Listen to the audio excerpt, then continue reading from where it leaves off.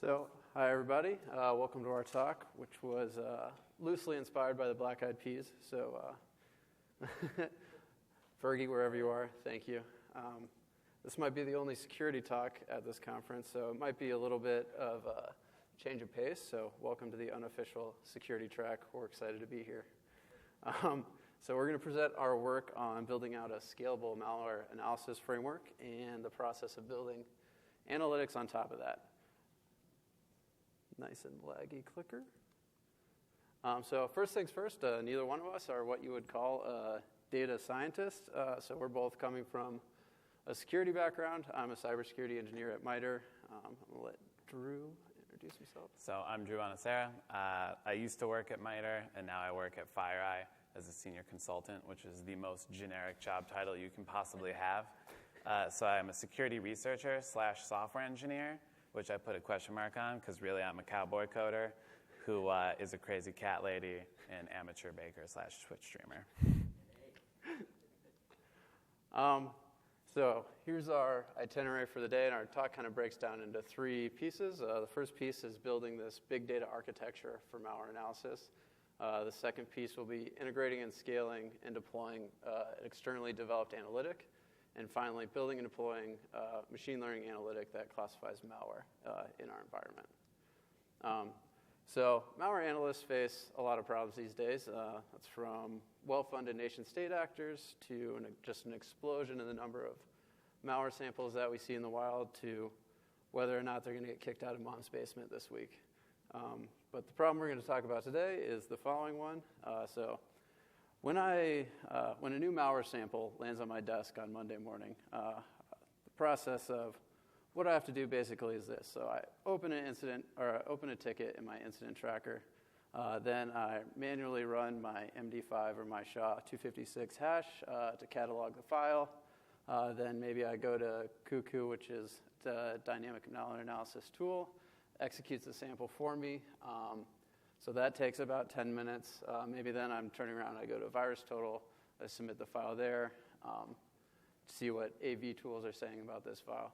So basically I have to run through this really manual serial process, and it takes me a long time where instead of doing what I want to be doing, which is actually analyzing this file and getting some, A, actionable intelligence out of it, B, like this decision of whether the file is malicious or not, what behaviors it's showing, and how I can mitigate against this specific threat.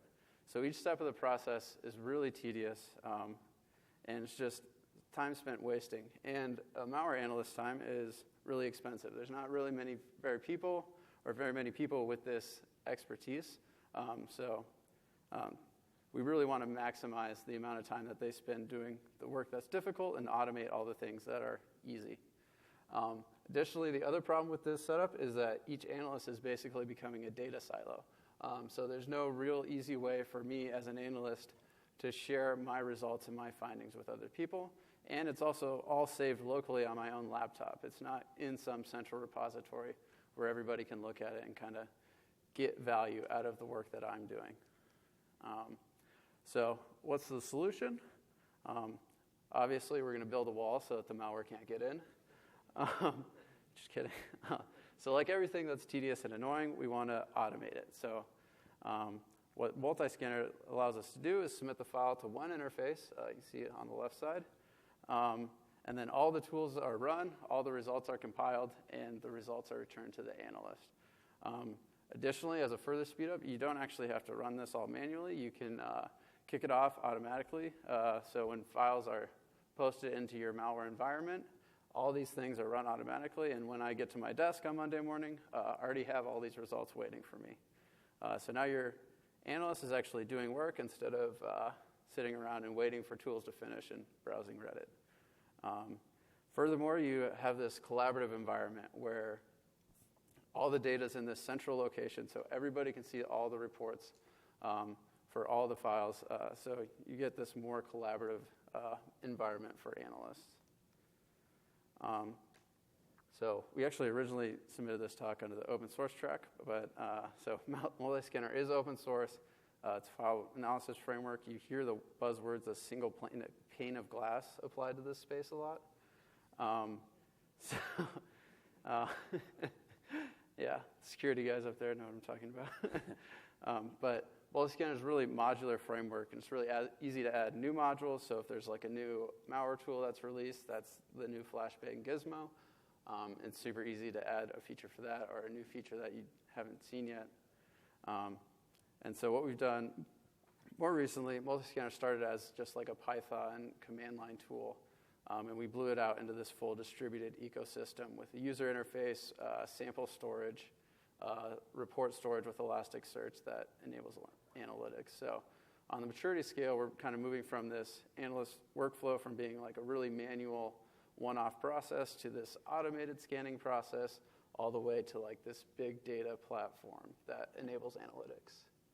To give you guys kind of idea of what we mean when we say malware tools, this is a subset of the scanners or of the modules that we have.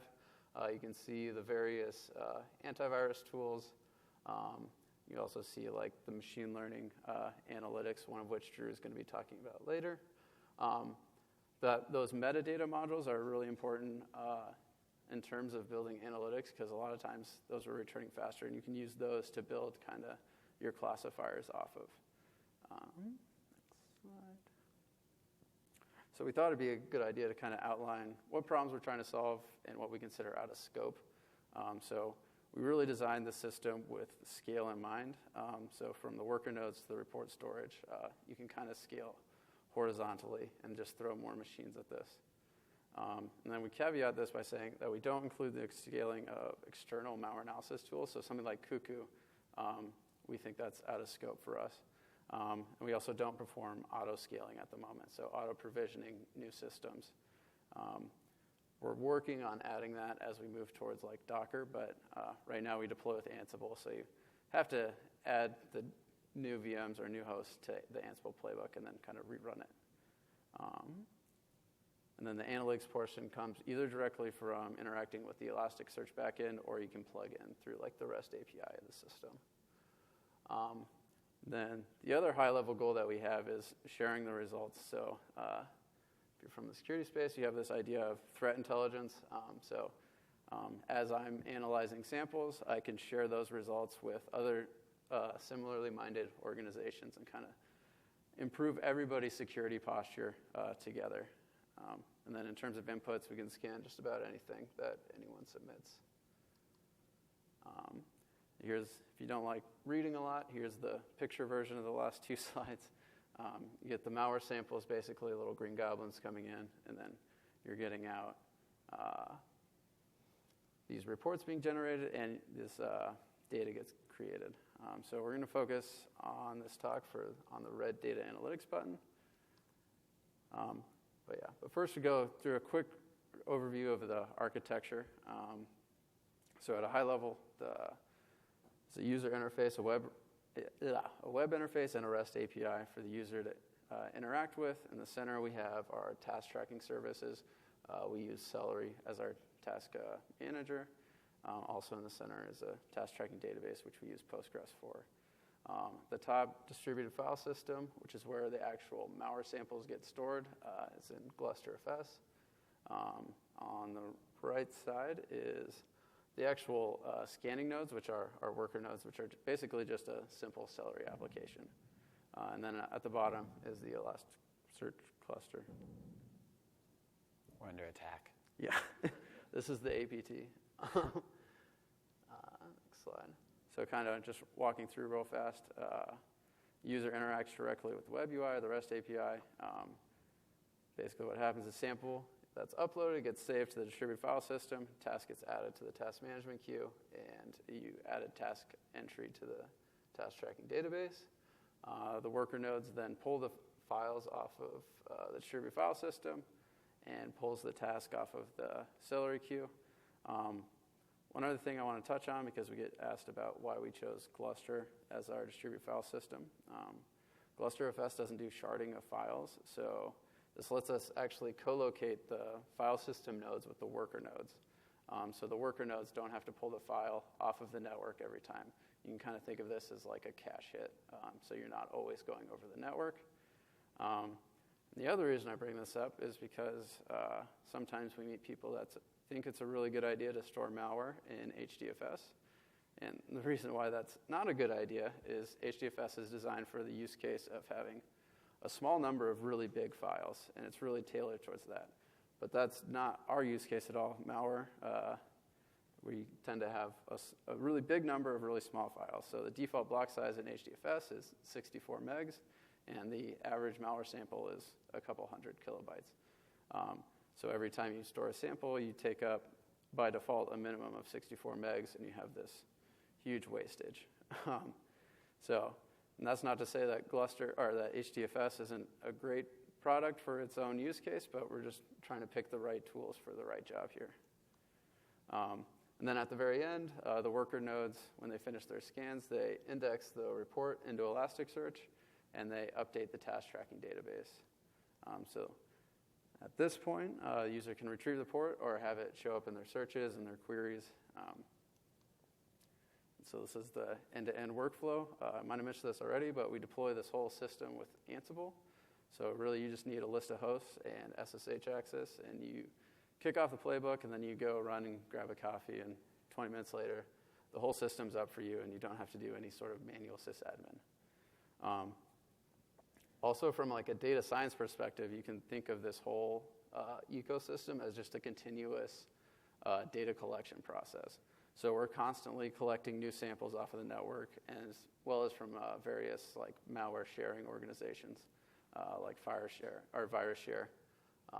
So that back-end cluster is just kind of monotonically increasing in the amount of data that it has.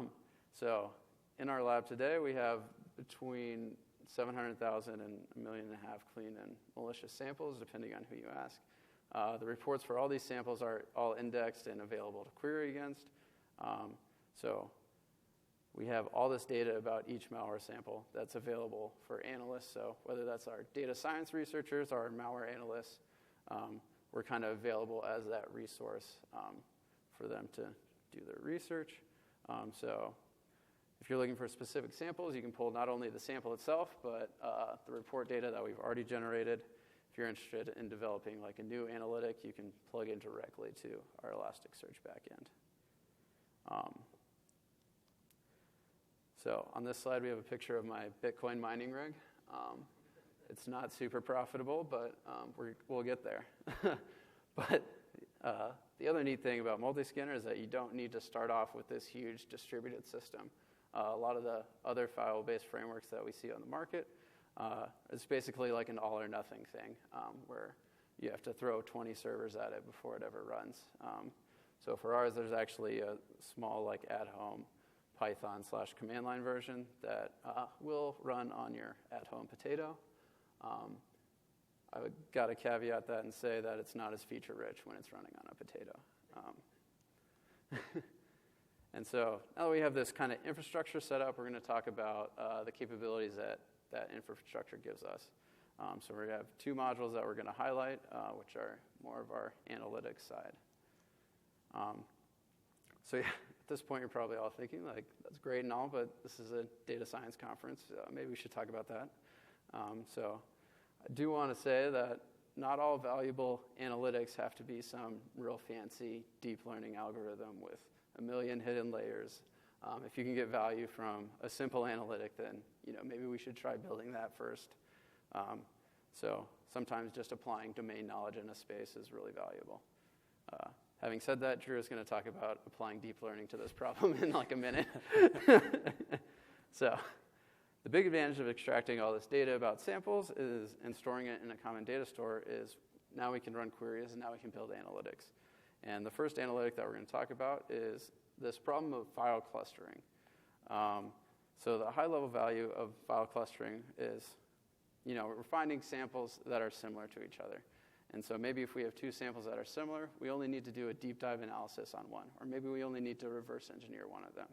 Or if you get a sample that's similar to one you've seen before, and you have an analyst that's an expert on that threat actor, on that malware family, then you can give him this new sample, and maybe that speeds up the RE process. And like I said before, like a reverse engineer's time is really, really expensive to an organization. So we found that even as malware from like the same threat actor or same author evolves, there's usually enough code overlap to correlate them. So this analytic's actually based on previous work from people at Virus Bulletin and Inazur, so this isn't all us, I want to make that clear. So we kind of just integrated and scaled the system for it. So let's talk about hashing. So a traditional hashing algorithm, hopefully you guys are at least a little familiar, maps an input of an arbitrary length onto a fixed size output. It also has the property that the same input will always map to the same output, but if you make even a slight change to the input, the output becomes drastically different. So traditional hashing algorithms are really useful for tracking identical files. So if I've seen that exact same file before, I don't have to rescan it. But suddenly, if a malware author makes a small change to a file, I have a new, completely different hash value. And I can't tell that file, that new sample, is actually really similar to the one that I've seen before. And that's where this idea of fuzzy hashing comes in. So ssdeep is a fuzzy hashing algorithm, which means that it's resistant to changes in the file. So a small change to the file will change the ssdeep hash, but like only a little bit, so that you can still do a comparison between the ssdeep hashes for the two similar samples. And suddenly I'm able to track similar files, not just identical ones. So I don't want to deep dive too much into how ssdeep is calculated. You should read the original paper because it's fascinating. But you do kind of need some background information. So at the bottom, you see 3 examples of what an ssdeep hash looks like. It looks a little more complicated than a traditional hash, obviously. But there's 3 components, the chunk size, the chunk, and the double chunk. Also, as a side note, I was a chunky baby, and my nickname was the double chunk. But basically how ssdeep works is that it iterates over the file, calculating a hash. And if the hash hits one of 2 trigger values, there's a single character of output. And depending on which trigger value it hits, it'll append either to the chunk or the double chunk. And then the first component is the chunk size, which is used to calculate those trigger values. So after we calculate the hash for every sample that's coming in, you're able to do the comparison between the hashes. So ssdeep has like this compare function that outputs a score from 0 to 100 of how similar the samples are, with 0 being not similar at all, and 100 being they're very similar, but not necessarily identical. And there's also 2 structural properties about ssdeep that we care about for scalability, and that's what's on the slide. So the first optimization is that for the compare score to be non-zero, the chunk size has to be either equal, double, or half. So on the slide, the first 2 examples, they have a chunk size that's equal, so it's potential that we can do a comparison and get a similarity score that's non-zero there. But for the second and third hashes, we already know right away that those 2 files aren't similar at all, and we don't even have to do a comparison. So the next optimization is that within this chunk or double chunk, if there's not a common 7-character substring inside those strings, then that compare value will still be 0.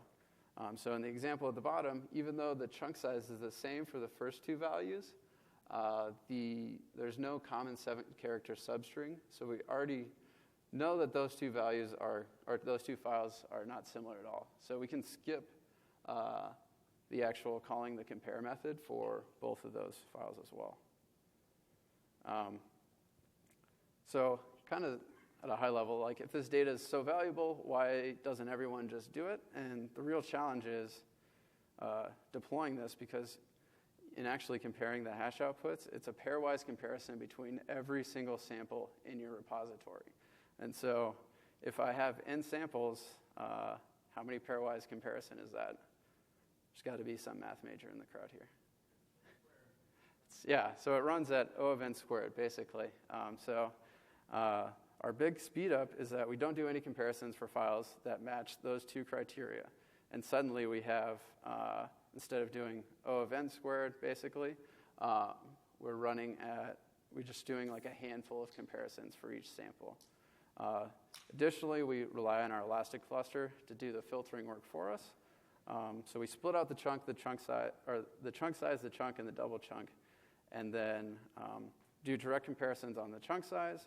And then when we add index time for the chunk and double chunk, we actually use Elasticsearch's built-in n-gram tokenizer, and it takes that chunk field and it does basically a sliding window across that text and indexes every 7 gram that it has in the chunk and the double chunk. And that allows us to quickly filter out all those samples. And then if we do match those two conditions, only then do we have to run this actual compare method.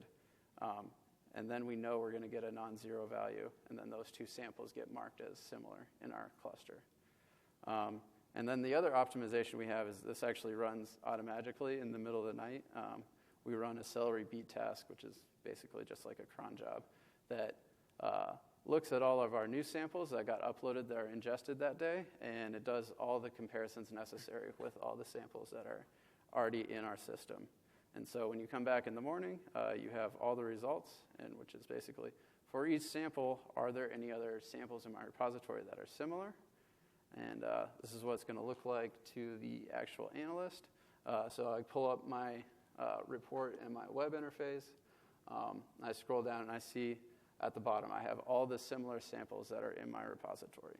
So out of millions or hundreds of thousands of samples, here are the 3 that are just like this one.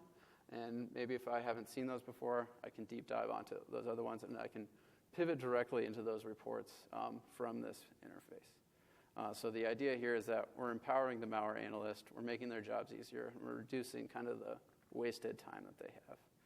And then with that, I'm going to hand the mic over to Drew, who's going to talk about integrating machine learning.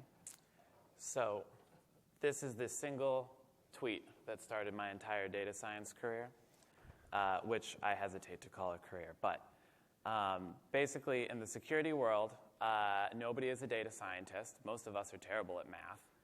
I continue to be terrible at math, quite honestly. So what they do is they find us a data scientist, and they tape us together, and they throw us out there, and they're like, all right, go do science. And my old boss, being the smart man he is, gave me 2 data scientists because I require lots of adult supervision. Otherwise, there's just a bunch of cat pictures that you have to send to somebody. So my goals in doing this were to create a neural network to detect if PE binaries were malicious, PE being portable executable, which is Microsoft's attempt to make something that can portably run native code across their platforms, which occasionally works. Using only static analysis, which means we don't ever actually execute the malware. We just look at the file as it is, extract features that way, and to have a reasonable error rate, which for me was anything less than 10%. The original intent was to tie this with other analytics to sort of say this will be okay. And honestly, I didn't think that I was going to ever probably reach the target of less than 10% because I didn't know what a neural network was. It had to be performant enough to run on live data, so we were carving off executables right out of the network stream. So if we couldn't keep up with that and it took like 8 months to run, that's not particularly helpful to be like, well, 8 months ago you clicked on a bad link and all your data has been exfilled to China. Sorry. Which you would be surprised. And like everything in the security industry, it needs a cool name and icon. So I sat down and brainstormed names and came up with Exe-MANA, like a mana potion, and then busted out Photoshop and created the lovely graphic you see here that I plaster all over everything because I'm so proud. So the important thing is we need data. Malicious samples are not hard to get, as it turns out. You go to VirusShare. They have a large torrents of malware that you can get. Everything is in VirusTotal, which, if you're not familiar with, it scans samples against a bunch of AV engines and then gives you a report. So that was just an easy way to do that. And for benign samples, I just did a fresh Windows install. Went to Ninite, which is super nice if you have to like reset your parents' computer because you just click checkboxes on what you want to install. So like the pro gamer that I am, I clicked every checkbox and hit install, which has hilarious side effects on your machine, but it gets you a lot of executables. The most important thing is we obviously have to validate the samples. I use MultiScanner because it is the best file analytics framework that you can possibly find. Also, I wrote it. And the malware, any malware needed to be more than 5 AV hits because there are some AVs that claim that they can detect more things by arbitrarily just being like, yeah, that's malware. We caught it, 99% effectiveness rate. Looking at you, Baidu AV. And benign samples need to have no AV hits, so even Baidu has to say that they're fine. So the initial features, I was told that it was important to get something in the pipeline because as the dev team, the ops team, and the sole user of this until it got deployed by me into production, getting that pipeline up and running was going to be the most efficient way to actually do things and get results. So didn't expect my initial feature set to be perfect or good. It was something that we would iterate upon multiple times as part of my development process. And to think about how I, as a malware analyst, think and look at a sample and what features I think are important, and then putting those into the neural network so that it can actually detect those and learn to think like me, which I haven't got it to make cat pictures yet, but we're getting there. We're getting there. So the 3 features that I initially picked were the entropy of the file.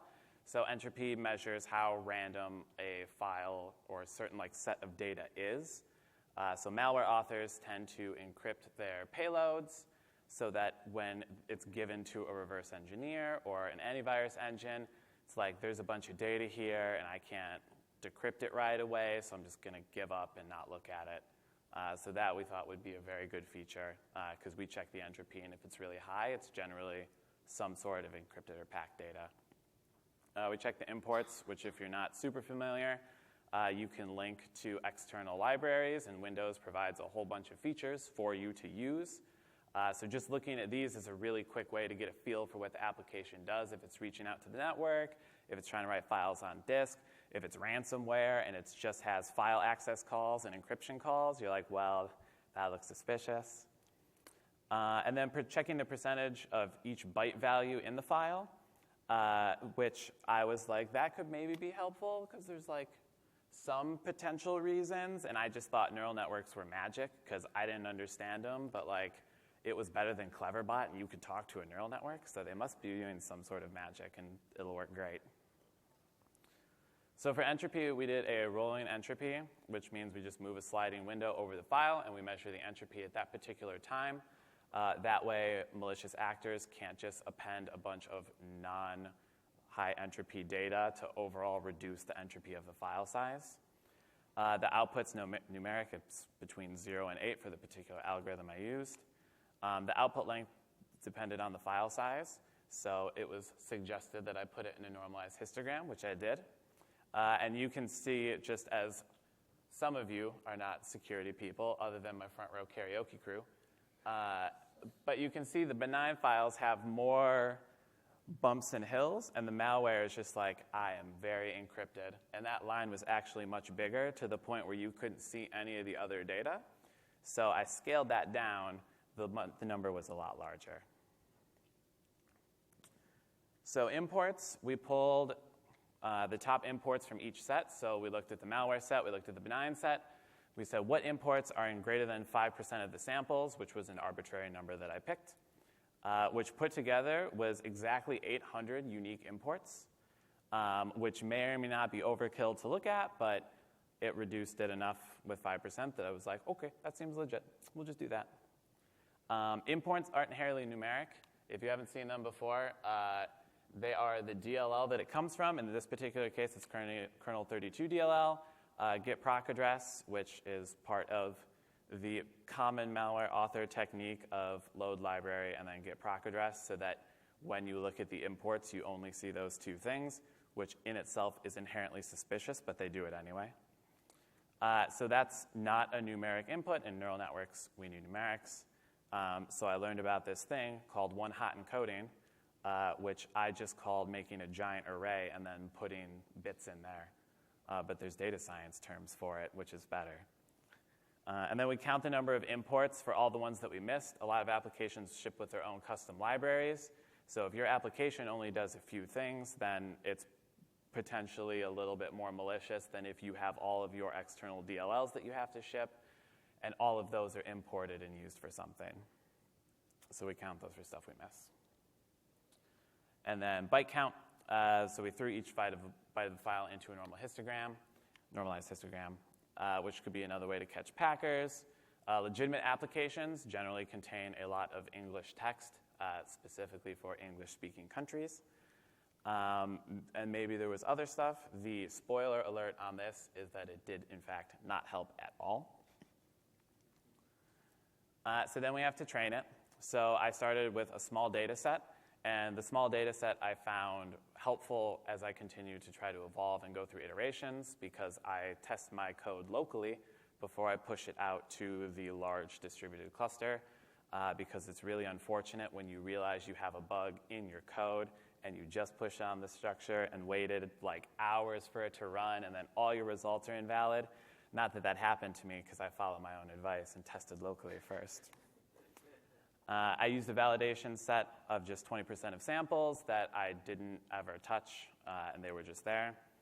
And when I trained it, there was a 1.25% error rate, which I thought was completely wrong. And I went to my friendly neighborhood data scientist, and I was like, did I do this? Is this correct? And they didn't say fact. They said yes.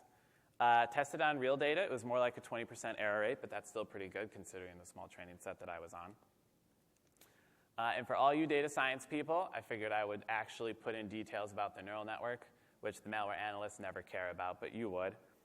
So I ran it with Keras, and shout outs to Anaconda, because I got it running on my Windows PC at home, which is not an easy task to do if you've ever tried to compile TensorFlow on Windows by yourself, because you need Visual Studio 2015.1. And you need the correct version of the NVIDIA library, but not the one that you think you need. You need the older one because you have an older graphics card. But Anaconda, you just hit the button, and it was great. So I started using them on Windows now. Thank you, Anaconda. ReLU is my activator, because that's what all the cool kids use. 4 layers, 650 neurons, because we want that deep learning. Atom is the optimizer, 15 training iterations. And if you're like, these seem like educated guesses, Drew, that's because I ran a week-long grid search and jacked up the MITRE power bill by probably a lot. But I let it burn for a week, and it's like, this is what you should use, and I listened to the computer. So how do we improve upon what we have? So I went out and I got more samples. I got about 50,000 for each set, so 100K in total. I added in dropout and weight constraints because I just learned about them at that time. And someone was like, did you add dropout and weight constraint? And I was like, what are those? So those got added in. And I looked at the misclassified samples for new features. This time I focused on the malware set. And my good friend Nick Beatty and I sat down and sifted through malware for like an entire day. Which is fun for us, but for other people, they're like, oh my God, an entire day of malware.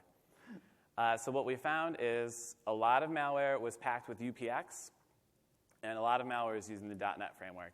UPX is the universal packer, for those of you who aren't familiar with it. It came out when I was 8, so it's been around forever. And it lets you encrypt your pack your executables and compress them, so it reduces the size a lot. It's super quick, it's really good, and a lot of legitimate vendors are using them because it saves them on network costs, and on your side, you don't notice because you double-click it. It expands it all in memory, and it's great. So we added in the feature to just try to un-UPX packet because it is open source. You can go get it. You just run UPX-D, and then it decompresses it. And then malware with .NET. So .NET, if you've never tried to reverse engineer .NET, it has a single import that is the run function for .NET, and the code just is like, you just call that, and that's it. So our import feature was essentially useless because it's a bunch of byte code and then one function call which I have not addressed at all because I left the company. So we try again, and our error rate went up, which at first I was like, I feel like I did it wrong again. But in real-world testing, it went down to about 10%. And why I did that is because we diversified our training samples. We got more from different sources, different kinds. We added in new features, and we generalized our model so we weren't overfitting, which was another term that I learned when I learned about dropouts and weight constraints. So I went out and got more samples. I got 160,000 of each sample set, and there was a couple new features that I was told I was not allowed to release to the public. Sad face. It was not my choice. Otherwise, they would just all be on GitHub right now. And this time, we decided to look at the false positives and see what the problems were. In antivirus updates, there was a large amount of encrypted data. There was a high number of suspicious imports. So for that, I just added them into the training set and sort of hoped for the best. Driver updates, similar thing. They had a high number of suspicious imports. Some of them were signed executables, so that was potentially a feature. There was also a bunch of corrupt executables that if you double-clicked, straight up would not run. Don't really know what to do about that, so I just removed them from the training sets. So how do we know if our features are actually good? I took the approach that I would just remove each feature and then retrain and see where it was. So I used the same parameters for each test. The model looked the same. The validation sets were the same in each test. We just remove one feature at a time and retrain. And we had a base error rate of 3.4 at this point. So you can see stuff like rolling entropy and imports contributed pretty well towards the model. Something like byte count was completely useless and just burning CPU cycles, so we went ahead and took that out. The UPX failed unpacking was my attempt at saying if it fails to UPX unpack, because it is a common malware author thing to take UPX, since it's free and open source, tweak it a little bit so that it'll break it, and then throw that instead. Didn't actually contribute at all, and in fact negatively impact it, which could just be a result of the neural network training better that one particular time that I ran it. And then there was some things like embedded PE, which I can't go into crazy detail on, but that one was extremely cheap to compute, only contributes a little bit to the model, but since it's so cheap to compute and doesn't take much time, we left it in and added it as one of the possible areas to expand upon to look for different embedded files. So the TLDR of my process is to pick some features, train a model, look at your misclassified samples, figure out what makes them unique, taking that information, trying to make a new feature or tweak an existing feature that targets the largest subset. So like UPX pack samples were a huge amount. .NET wasn't particularly large. So we went with the UPX malware and benign-ware first. Train the model, and then you lather, rinse, and repeat. So an important part of this process is that you have to make it usable. Some data scientists will be like, we have this model. It's in an IPython notebook, which makes it extremely hard to move to production, where we can barely run a Python version that's up to date. But it's good to think about who is targeting to use it and where it's supposed to be going.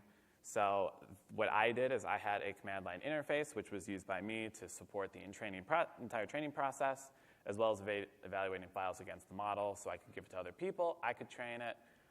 They could train it. Everyone can train it, and it's like a little neural network party. An API is always important. It's a Python conference, so have a Python API. Document it. There's nothing worse than getting someone's project and their API is undocumented, and you don't know what their feature or what one of their variables is because they just called it X. Everyone loves a REST API. Make a REST API. It took me 10 minutes in Flask. I've never used Flask before. Literally 10 minutes.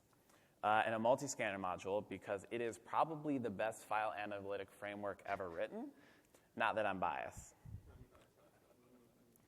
So some of the scaling problems we ran into, feature extraction took 99% of the time. So I had about 640,000 samples, and it took 48 hours to extract on a 4-core i7-4770K, which if you're thinking, that sounds like a consumer processor, when you leave a job, they don't let you play with their fancy servers anymore. So these metrics were taken after the fact.